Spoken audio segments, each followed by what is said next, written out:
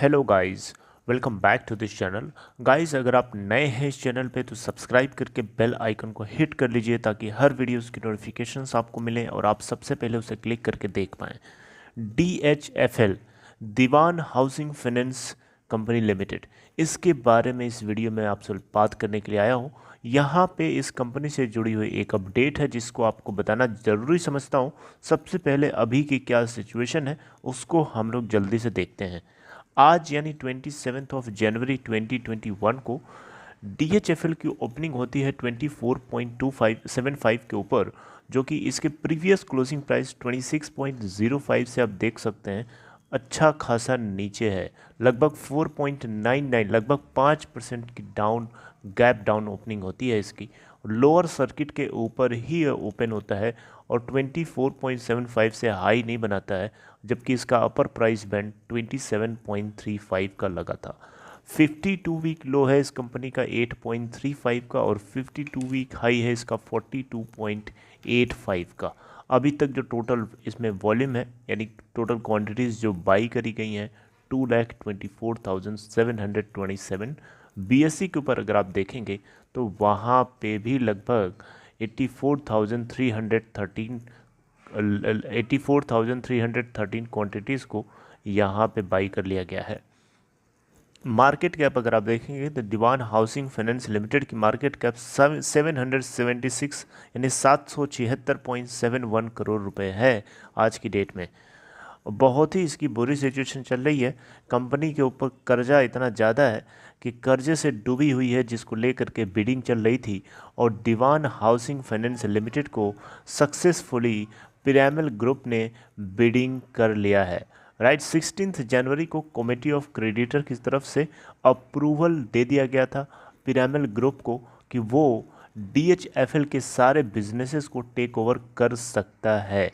जो bid amount रखी गई थी गाइस वो 38,250 करोड़ की रखी गई थी, जिसको लेकर के COC यानी कमेटी ऑफ क्रेडिटर्स ने अप्रूवल दे दिया।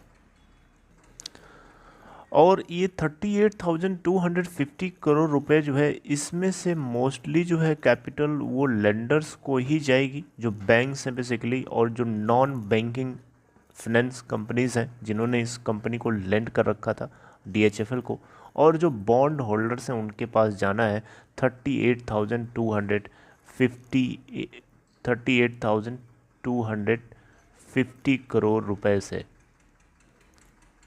समझ रहे हैं?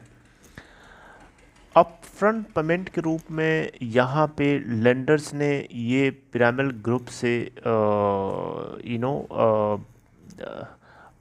प्रपोज़ल रखवा लिया था कि 12,700 करोड़ रुपए अप फ्रंट पेमेंट के रूप में रखा जाना चाहिए, और पिरामिल ग्रुप इस चीज़ से एग्री भी हो गया था 16 जनवरी 2021 को।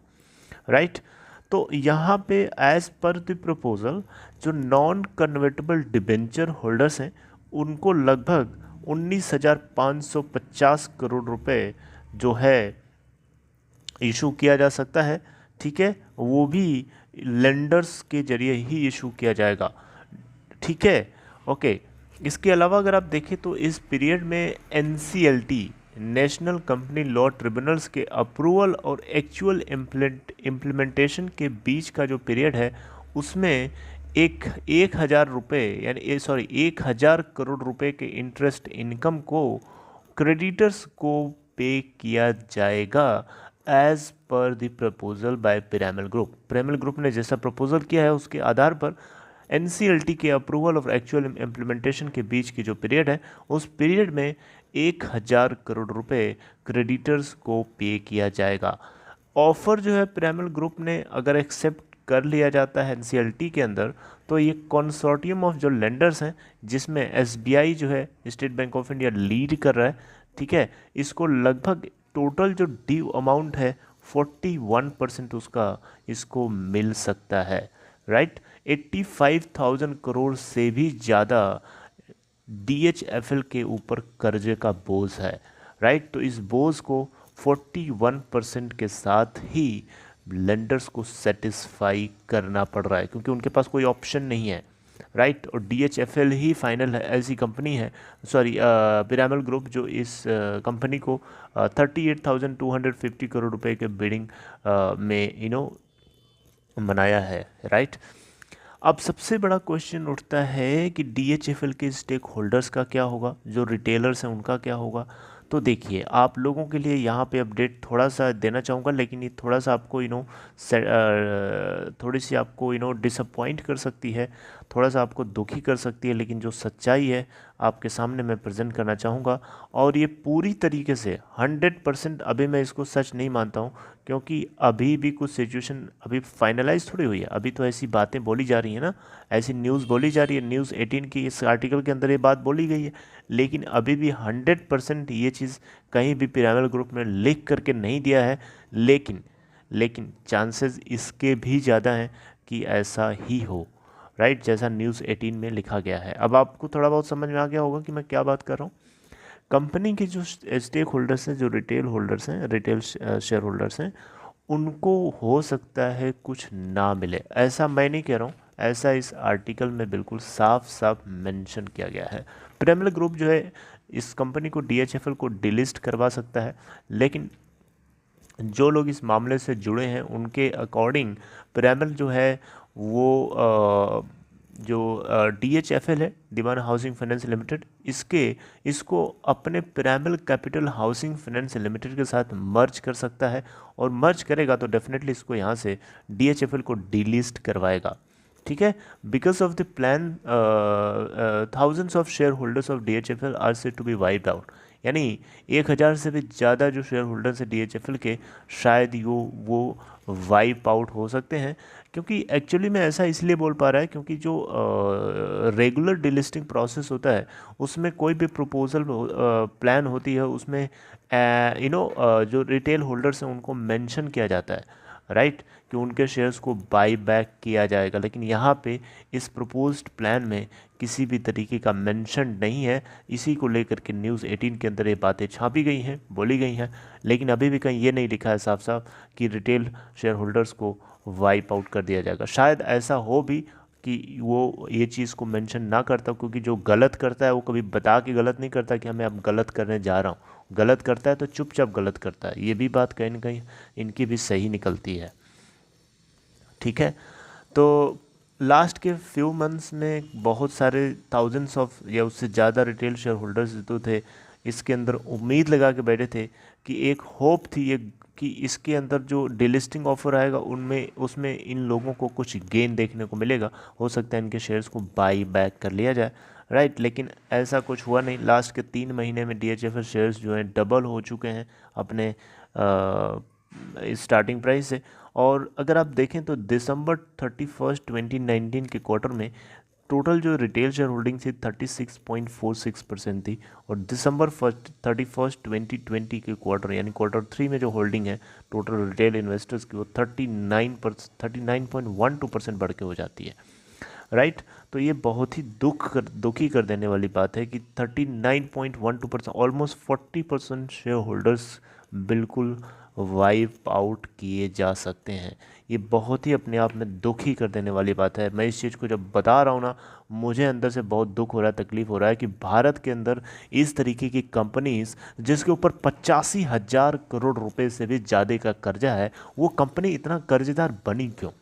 आखिर उसने पैसे का किया क्या? जो लेंडर से उसने कर्ज लिया था उसका किया क्या उसने? अगर उसने उसको ढंग से यूटिलाइज नहीं किया तो उसका पनिशमेंट उस कंपनी के प्रमोटर्स को ना मिलकर शेयर होल्डर्स को क्यों मिलता है यार? रिटेल शेयर होल्डर्स को क्यों मिलता है? सबसे बड़ा क्वेश्चन उठता है। बहुत बड़ी ये प्रॉब्लम है इंडिया के अंदर। ऐसा सिर्फ DHFL के साथ नहीं, आरकॉम ताज़ा एग्जाम्पल आपको दे रहा हूँ। अभी भी ये इतना भयंकर खतरनाक आदमी है, इसका जहरीला है। सांप जो होता है ना, स्नेक, उसका जो वेनम होता है उतना पॉइजनस नहीं है जितना कि हमारे देश में इस तरीके के सांप पाले जा रहे हैं। सरकार इनके खिलाफ एक्शन क्यों नहीं लेती है? हमने सरकार को क्यों बनाया है? इसलिए बनाया है कि ताकि हमें चोट मिले ऐसे लोगों से, ऐसे लोगों के वेनम्स हमारी बॉडी को इंजेक्ट करें। बहुत तकलीफ़ वाली बात है, बहुत सोचने वाली बात है। ये दुख होता है, दर्द होता है इस चीज़ को सुन करके, बता करके और पढ़ करके। बहुत तकलीफ़ हुई थी मुझे जब मैंने देखा प्रेमल to delist DHFL share holders to be wiped out. किसी विश्वास के साथ कंपनी में, अब यार कोई भी शेयर, अब आप लोगों में से कुछ लोग क्वेश्चन करेंगे कि शेयर होल्डर्स की भी तो गलती है, उनको सोचना चाहिए, समझना चाहिए।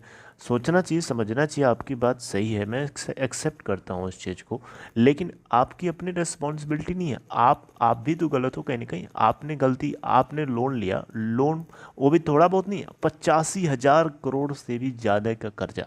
भाई इतना लोन आपने किया क्या? 85,000 करोड़ रुपए से भी ज़्यादा आपने लोन लिया, उसका किया क्या आपने? कहाँ गया वो पैसा? क्यों बढ़ गया इतना? क्या आप बेवकूफ़ थे? आपको कंपनी चलाना नहीं आता था तो कंपनी में क्यों घुस गए? आपको हट जाना चाहिए ना वहाँ से चुपचाप। हम्म? चलिए अब देखते हैं क्या होता है आगे, क्योंकि अभी भी ये जो प्रोसेस है प्रपोज़ल का, वो एग्जीक्यूट तभी होगा जब वो, या डिलिस्टिंग का जो प्रोसेस है वो तभी होगा जब बैंक्रप्सी की तरफ से अप्रूवल, बैंक्रप्सी कोर्ट की तरफ से, NCLT की तरफ से अप्रूवल दे दिया जाएगा। अभी अप्रूवल मिला नहीं है, अप्रूवल मिलेगा तब देखते हैं कि क्या नई सिचुएशन आती है। भगवान करे कुछ ऐसा हो जाए जो रिटेल शेयर होल्डर्स का कुछ ना कुछ उनका अमाउंट बच जाए, क्योंकि वो एक विश्वास के साथ एंट्री करते हैं। इसलिए नहीं एंट्री करते हैं कि इंडिया के अंदर इस तरीके की वेनम्स से भरी हुई, इस तरीके के सांप जैसी कंपनीज पाली जा रही हैं जिनके अंदर वो एंट्री कर रहे हैं। उनको ये नहीं पता होता, उनको शायद पहले पता होता तो वो ऐसी चीज़ों में घुसते ही नहीं। Right. So this is all guys. अगर आपको ये कंटेंट थोड़ा अच्छा लगा, मैं थोड़ा एग्रेसिव हो जाता हूँ इन चीज़ों को लेकर के, लेकिन क्या करूँ, मेरा नेचर है कि जो गलत होता है उसके ऊपर बहुत ही ज़्यादा मैं स्ट्रिक्ट हो जाता हूँ। थोड़ा सा मुझे कंट्रोल करना चाहिए अपने ऊपर, लेकिन चलिए करूँगा। So this is all guys. अगर आपको ये कंटेंट अच्छा लगा तो प्लीज़ से लाइक करिए। अगर आप नए हो इस चैनल पे तो सब्सक्राइब कर लीजिए। और दूसरी चीज़ ये है कि डीमेट या ट्रेडिंग अकाउंट अगर आपको ओपन कराना है तो डिस्क्रिप्शन बॉक्स में आप देख सकते हैं, वहाँ एक आपको लिंक मिलेगा, उसे क्लिक करके आप अपस्टॉक के अंदर अकाउंट ओपन करा सकते हैं। See you guys next time, take care.